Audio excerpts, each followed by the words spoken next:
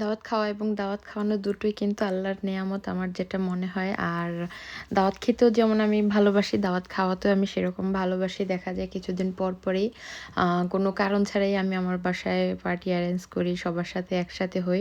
খুব বেশি ভালো লাগে এবং আল্লাহর রহমতে এমন কোনো মাস নাই যে আমার কয়েকটা দাওয়াত না থাকে। দেখা যায় যে অনেক সময় যেতে পারি, অনেক সময় আমার হাজব্যান্ডের ব্যস্ততার কারণে যাওয়া হয় না। তো সেদিনও গিয়েছিলাম ভাবিদের বাসায় দাওয়াতে। সেদিন যেহেতু আমার হাজব্যান্ড ফ্রি ছিল এই কারণে গিয়েছিলাম। তো ভাবিরা অনেক বেশি অ্যারেঞ্জমেন্ট করেছে আমাদের জন্য। দেখতে পাচ্ছেন এখানে সালাদ করেছে ভাবি, চিংড়ি ভুনা করেছে, কাবাব করেছে, শুটকি, ডিম, তারপর হোল ফিশ ফ্রাই, তারপরে বিফ ভুনা ছিল, বেগুন ছিল, রোস্ট ছিল। সব কিছুই ভাবি করেছে আমাদের জন্য, শুধুমাত্র আমরাই গেস্ট ছিলাম। ভাবি অনেক বেশি কষ্ট করেছে, সেই সাথে ভাইয়াও। আসলে কোথাও গেলে আমার কাছে যে জিনিসটা ভালো লাগে বাচ্চারা অনেক বেশি এনজয় করে। আর ভাবি যেহেতু নতুন বাসা পেয়েছে, তো ভাবি বাসাটাও খুব সুন্দর করে সাজিয়েছে। তো আমার খুবই ভালো লেগেছে ভাবিদের বাসায় গিয়ে। আর ভাই ভাবি দুজনই এত বেশি আন্তরিক, কি আর বলবো। এই যে ভাবি যে তোমার জন্য এত খাবার রান্না করছে, এগুলো কি তুমি একা খাবা? না, একা খাবো কেন? একা খেতে পারো? খাবো, তোমাকে নিয়ে খাবো, সবাইকে নিয়ে খাবো। তাই? সবাই একসাথে খাবো। দেখো না কত আচ্ছা, বিশাল বড় ডাইনিং টেবিল রেডি করতে ভাবি আমাদের জন্য, স্পেশালি তোমার জন্য। স্পেশালি আমার জন্য। থ্যাংক ইউ সো মাচ ভাবি।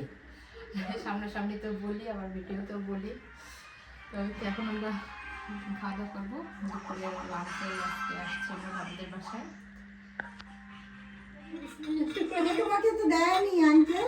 ভাইয়া ওকে একটু রাইস দিয়ে দেন। ও সরি বাবা, ভাইয়া শুধু দিতে আর দেন না ভাইয়া। এটা এর মধ্যে সিনামন। এটা বেলিপস। আচ্ছা,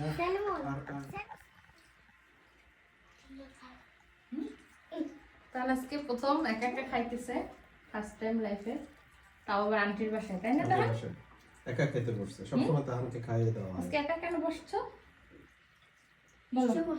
ইচ্ছে ইচ্ছে করছে? করছে। আন্টির বাসায় ভালো লাগতেছে এজন্য? হুম, সানব কোথায়? সানব ওইখানে। তুমি তো ফ্রেন্ডে নিয়ে বসলা না, ফ্রেন্ড সারাই বসলা। ডাকো ফ্রেন্ডকে, বলো খেতে আসো। সানাফ, সানবকে বলো। এ তোমার মিস করতেছে বাবা। ভাবিদের আন্তরিকতা অনেক অনেক মুগ্ধ করছে, এটা হলো সর্বপ্রথম। আর কষ্ট তো করছেই, ভাইয়া কষ্ট করে বাজার করছে, এজন্য মজাটা একটু বেশি হয়েছে। Thank you. ভাবিদের ক্রেডিট বেশি, কারণ ভাবিরা কষ্ট করে রান্না করে, বুঝছো? ভাবির রান্নার থেকে বাজারের দাম বেশি। বাজারটা অনেক গুণা, বাজারটা লজিক্যালি কথা বলতে হবে, তাই না? মাছটা ফ্রেশ, ফ্রেশ না মাছ না পাইলে তো আমি হইতো না। ভাবির রান্না যদি মজা হইতো বাজারে কোনো কাজ হইতো না, বুঝতে পারছো তুমি? না না, ভাবির রান্না অসাধারণ হয়েছে। আমি কাউকে খাটো করে দেখতেছি না।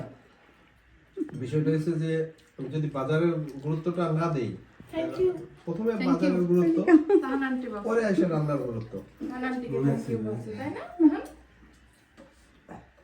আচ্ছা, আমারে কি কাঁদছো? আমারে কি ঘটনা হয়েছে কি, সব ভাবিরা শুধু ভাবিদেরই প্রশংসা করতে লাগে, আমাদের প্রশংসা কেউ করে না। এই জন্য তুমি নিজেরা নিজেদের প্রশংসা করো। নিজেরা নিজেদের ঢোলটা একটু পিটাই নেওয়া দরকার আছে। অবশ্যই অন্যকে পিটাইতে দেবেন, ফাটাই বলবেন। কি করো তিনজনে? খেলা করো, খেলা।